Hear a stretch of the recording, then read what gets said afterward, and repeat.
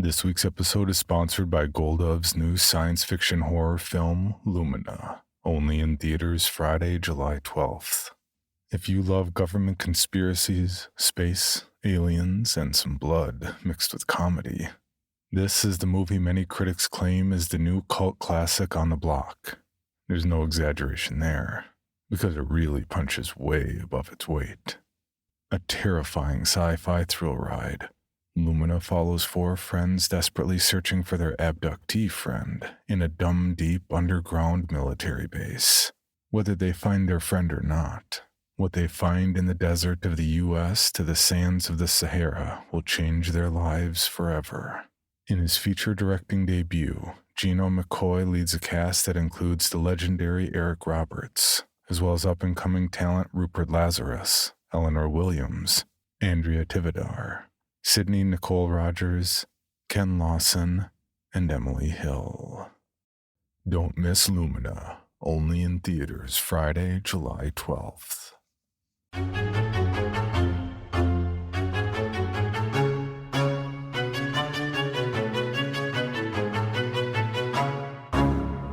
We're gonna carry on and plan the sequel, because let's face it, baby, these days, you gotta have a sequel. Ah!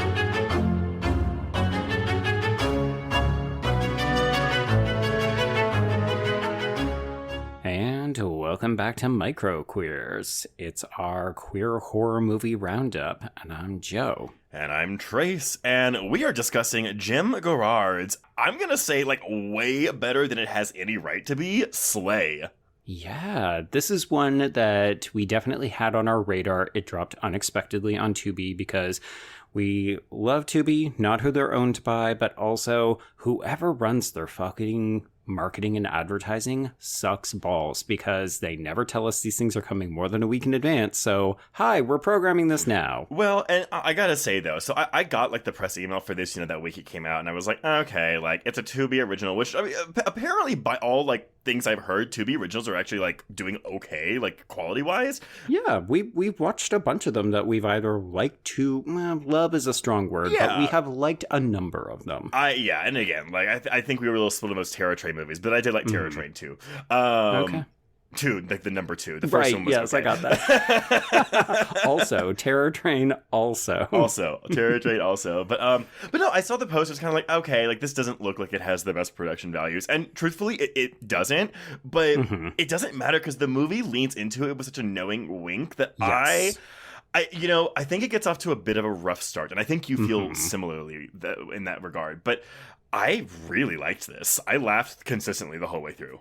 Yes, I went in hoping for chuckles or thinking that it was just fun to see drag queens that we recognize because, of course, I do think the big selling factor in this is that we've got folks like Heidi N Closet, Trinity the Tuck, Crystal Methyd, and Caramel, whom, the movie definitely acknowledges that these are the stars, that this is the reason why we are all initially coming to this text.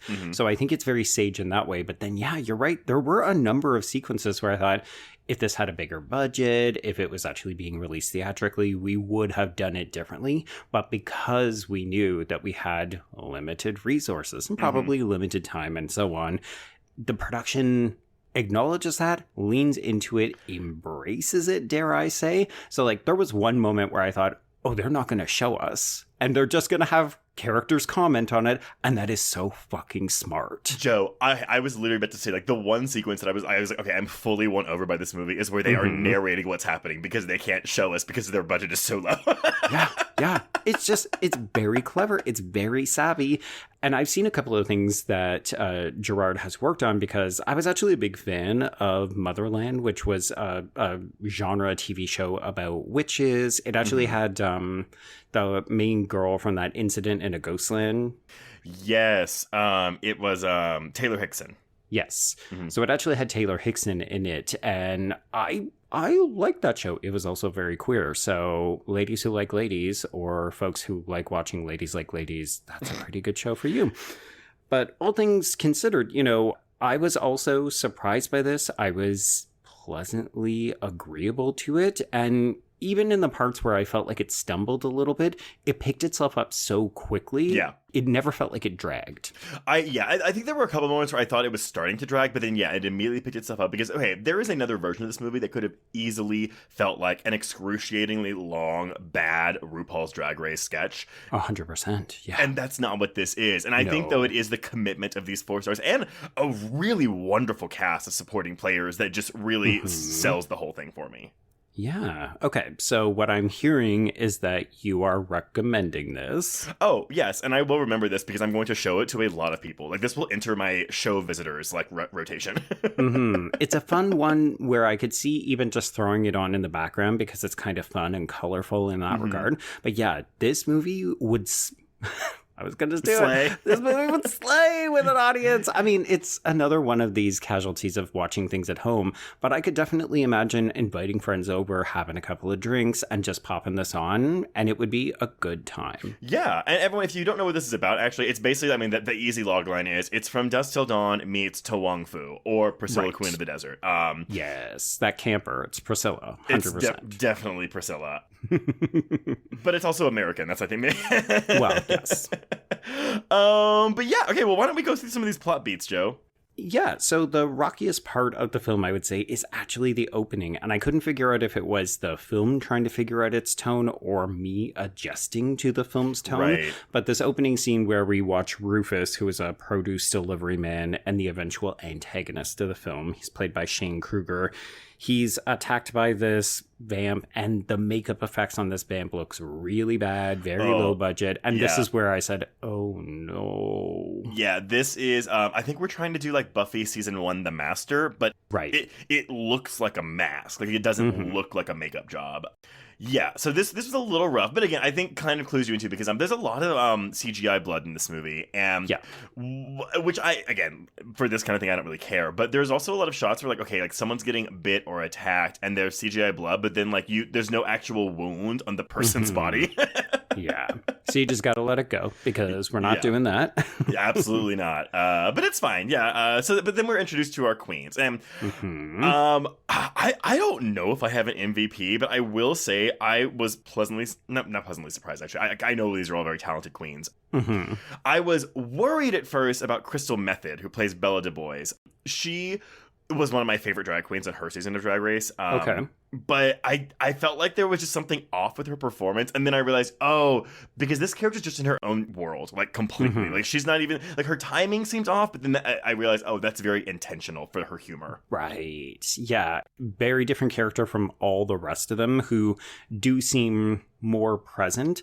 I guess the thing that surprised me, too, was that each of the queens are playing a proper character, and it's not necessarily one that you would immediately associate with their background. Like, you know, Heidi is kind, and that to me was always one of her hallmarks on her season. Trinity is a little bit more strict, rigid, authoritarian. That was a little bit more of who she was.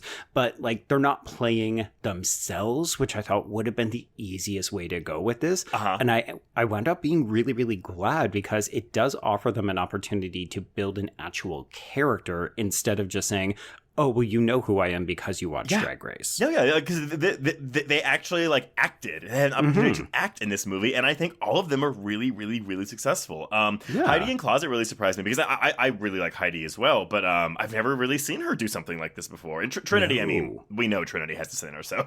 Yes, yeah. Trinity and Caramel felt like the sure bets going in. I wasn't sure about Crystal Methyd. I agree with you. It did take a moment to kind of adjust to Bella, but once you understand that she's the dimwit, she's probably always high, she's just a little bit tuned out, and living in her own world, that made the character a lot of fun. And it felt like the movie really understood how to use each of the characters and their different personalities to advance the plot, to introduce conflict, and so on. Well, one of the biggest laughs for me was when they were like, oh, we'll wait for Dawn to clear them out, and Crystal Methyd, Bella, is like, who's Dawn, and why is it going to take her so long to clear them out? It's so stupid. Yeah, so there is some inner conflict among these queens. They are hustling to get to a variety of small town gigs.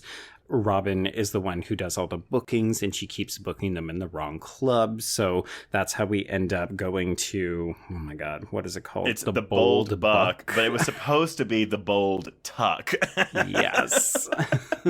So, of course, this is more of a small town rednecky dive, and it would have also been very easy to do, big city drag queens meets local yokels who are all hicks. So I did love that we actually have a couple of fans, that we actually have a bartender who is gruff but compassionate and has a secret history with drag. You know, a lot of really smart narrative decisions being made with these supporting characters. Yeah, so it would be so easy to just to kind of like make these, you know, characters and just be making fun of, like, you know, these country folk. And again, the movie makes characters out of them. And, you know, we have the kind of not actual villain, but still a villain of the piece, Travis, played by Daniel Jenks. I did warm to his storyline because he definitely has a journey. Like, he wasn't like completely changed by the film's end, but he was at least a little bit more tolerant. A little more open-minded. Yeah, I appreciated that he wasn't like, oh my God, I love drag now. You know, that was not his journey, because that would have been so facetious. Right. Lighting guy Earl, Warwick Greer, very sweet. Has also the saddest death in the film, I think. Oh my God, I was so upset. That's how I knew that the movie was really working, because when he and who is this lady? Oh my God, Sheila, played by Robin Scott. Those two were just like, if anything happens to these characters, we ride at dawn. Sheila, outside of the drag queen, Sheila was my MVP. She was so funny. Although Dusty, so this is the bar owner Dusty, played by Neil Sandilands, and his journey, I loved where this went by the end of the film. Oh, yeah. And that drag reveal is really good. Like, I wondered if they cast someone who already looked good in drag. Is that how we did this? Or did we say, you're the best actor, and then we're going to make you look good in drag? Because if this felt like one of those RuPaul's Drag Race challenges they have every season, you know, where it's like, like, get like these kind of gruff straight men and like do them in a drag makeover and make them your new drag sister. So that's what this felt like to me. But nevertheless, challenge accepted and astonishing. Yeah. Shantae, Dusty will stay. Dusty will absolutely stay. I mean, I loved all of these characters so much. Okay, so what did you think of the fans? So we have Steven, who is played by Gabriel Miltz, who ends up striking up a cutesy relationship with Robin. And then we also have Jax, who is played by Donia Cash. And I think Jax identifies as female in the film, and then Donia identifies as they, them in real life. But this was very much the groupie section, who they're small town queers who have been waiting for someone to finally come and let them live an out lifestyle. Yeah, so I thought Steven was okay. I think he kind of gets kind of the short end of the stick when it comes to the plots, because it kind of just boils down to, oh my God, like, I love Robin Banks, played by Heidi Closet. Jax, I was surprised. I was actually very won over by Jax. Her desire to kill with forks was just, I think as soon as she was paired off with Bella, that's when I was kind of like, okay, like, I see what we're doing with these two here. Like, this worked for me. Yeah, it was amusing when Mama Sue essentially says, okay, we need someone to look after the kids, because these two cannot, they will not survive on their own. They need an adult to protect them. And like the way this all plays out, I mean, again, I'm jumping ahead, like you know, when we think Bella has died and we get that, I think a really good confrontation between Mama Sue and Olive, where it's like, oh no, I actually, like, this isn't just a jokey thing anymore. Like, I actually feel something for this. Like, this does break my heart, not just because we think Bella has died at this point, but because the rift between these two characters. Yeah, because that's really the inciting conflict when we're on the camper initially, right? It's that Olive wants to break out and try some new things, and Mama Sue is very steadfast. You know, no, we're not going to change the playlist. No, we're not going to change the choreography. It's very much my way or the highway. You know, she's the house mother, for lack of a better term. Yeah. And Olive is bristling against this. And you understand implicitly where this is going to go, right? Like, so when Olive walks off to try to get back to the camper after the vampires have locked them into the bar, it's not a surprise. Like, it's the thing you absolutely anticipated was going to happen. But then Bella dies. Yeah. And you're like, wait, this movie isn't, I mean, it's still funny. It's still cracking jokes all the time. But all of a sudden I thought, wait, are we actually playing with emotional stakes here, because I thought the whole movie was just going to be campy fun. Yeah, which it is, but yeah, there's a sincerity to it too that I think makes these emotional beats land even better. And so, yeah, I when I really thought, I mean, spoiler alert, Bella will be real to come back as a vampire because she was bit before she was quote unquote killed, which love it. But yeah, no, there was like real attention paid to this. Like, the performances just have this sincerity that really make this whole thing sing. And also, I mean, I don't know what the budget was, but how are we having songs like "Wet Ass Pussy" in this movie? You know what? If the entire production spent like half of their budget just to open with this Cardi B song, it was money well spent, because I can't think of a better us versus them divide song than watching 4 super glamorous, like the queens look great in this movie, by the way. Yeah, even though they're in horrendous bar lighting that only has a spotlight. But yeah, they come out and they're doing WAP, and you're just watching, like, we just keep getting cutaways to all of these different bar patrons who are, slack-jawed. What the fuck is this? It's such a great way to really get that divide in. I think it's Olive who's like, I bet y'all thought that acronym stood for something else. But yeah, so the vampires attack because our stock boy comes back and bites Fat Boy. Oh boy. Yeah. And then we kind of, the mayhem ensues. And I will say, like, this is a 98-minute movie, I think. So I'm surprised. I feel like on the surface you would think this would be like an 80-minute movie tops. But no, this is like a full-length feature. Yeah, because we end up creating a number of different set pieces. Initially, I thought it was just going to be everybody holed up in the bar and the vampires attack a couple of times. But there's a certain amount of ingenuity in terms of how do we get the vampires back in, like the secret bowling alley that's in the bottom of the club that's been closed off. The extensive labyrinth of air vents that Bella has to crawl through, which I was like, where? Also, these are very clean for this bar, but where are we? Yeah, we've got a set piece with Jax in the bathroom where she ends up getting to use her forks to good effect. Oh, I loved it. It's very, again, I'm going to say it, smart, creative, savvy filmmaking where implicitly we understand the confines that we're working within in terms of budget, but also saying, how do we maximize and stretch that so that we can get a bunch of different places? We've got enough space and opportunity to mix and match the characters up in unexpected ways. So, the fact that Mama Sue ends up having to go off with Travis is very expected because they're the 2 biggest personalities. But then we don't only have them and then everybody else. It's like we're following 4 different lines of action. Oh, yeah. I mean, like, we have this poor Sheila who's constantly supposed to be barricading a window, but never does. Because she's so hungry. She really wanted wings tonight. She's just really up. I love that she shoots that one vampire just because he's the reason that she didn't get her wings. Also, the garlic bread stuff I thought was really, really, really funny. We're playing with vampire lore in a fun way. And again, in an unexpected way, because, I mean, spoiler alert, they can go out in the daylight.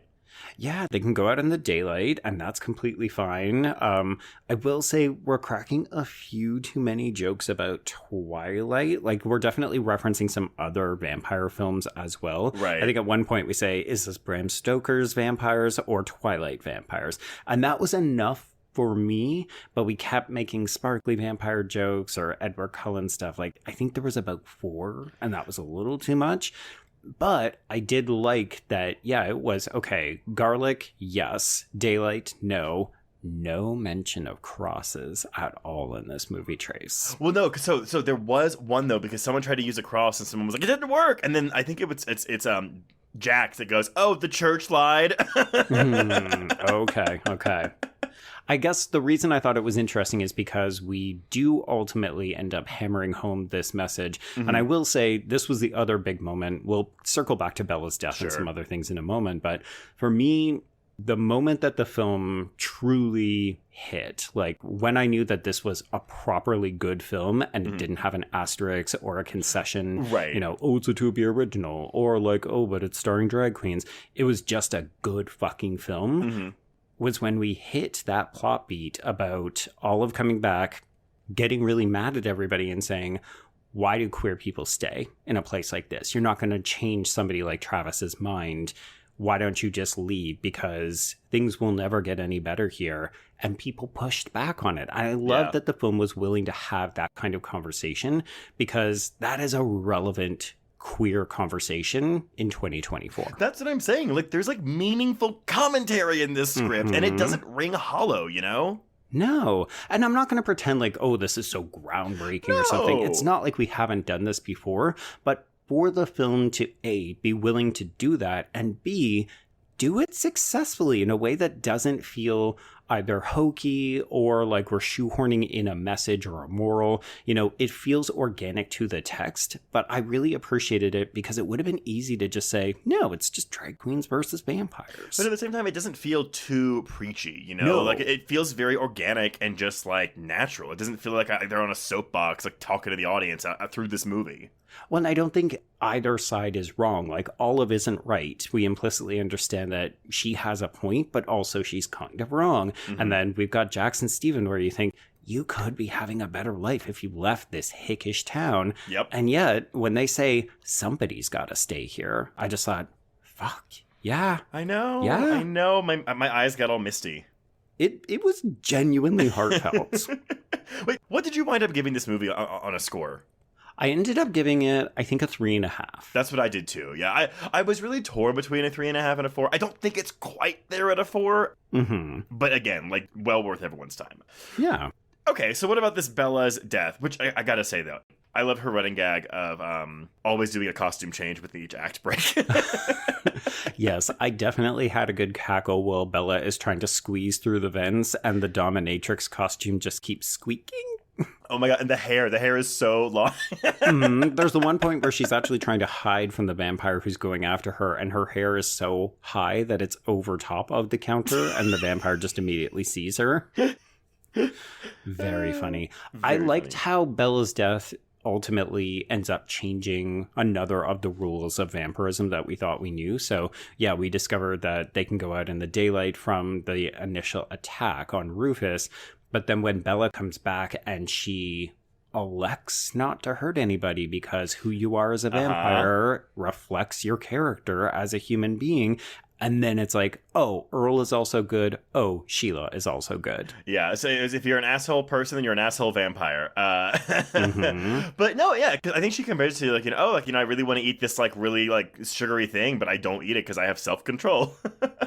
Well, she also says, dicks and blood, it's all about consent. I will say, I don't disagree that there are too many Twilight jokes, but I kind of, to me, I feel like almost all of them come from Bella, and it worked It's for a me. character literally called Bella. Right, absolutely. But it only worked for me, though, because I was like, of course Bella's going to be the one that like only knows Twilight is her reference for vampires. Right, Bella, not the brightest bulb in the shed. Not at all. But yeah, I also loved the number of like faceless extras that keep popping up in the movie only to be killed and turned into vampires. Yeah, there's a female biker who at one point just becomes a huge adversary that it takes 3 people to get rid of, and I just thought, have we seen that character before? Oh. Has she been here the whole time? No. So many people have not. Like, they came in for the day to shoot their fight scene and then they left. Because, like, every time we were, like, splitting up or, like, we were grouping everyone up, I was like, there are new people in this building. Well, one of the funny recurring gags that isn't really played for comedy, and I was surprised, is that more people just keep showing up at the bar and getting killed because it's a bar in a small town. There's nothing else to do. But the movie doesn't hit us over the head with it.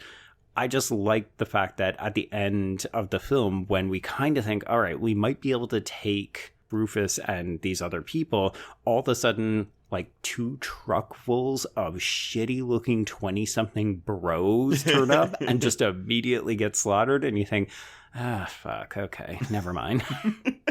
Oh, they also have super hearing because Bella and Sheila can hear all of them outside. Again, we lose Earl, which is just a real sad thing. Yeah. What about Sheila's breast implant saving her from staking? Which thank God, because if Sheila would have died, I don't know what I would have done. I know, right? And at that point, Earl has already died, I think only moments before. So we realize, the film is definitely willing to kill a favorite. Yeah. So I appreciated that Garrard knew that we obviously would have latched onto both Earl and Sheila. And by killing Earl, we would be so fucking scared for Sheila. And then we get, oh, yeah, never mind. I've got a false boob. I've got an implant. I also think, too, I mean, again, like, this is where the editing really helps with the comedy. I mean, the only thing that's jumping out to me right away is when Sheila's drinking on the hand whenever they're all saying their goodbyes. But, like, we have those immediate cutaway reaction shots to Steven and Jax as they're like, yeah, like 3 times. So gross. But yeah, I mean, this was better than it has any right to be, which may seem like a backhanded compliment, but that's not how I mean it. Like, I'm genuinely surprised at how genuinely good this movie is.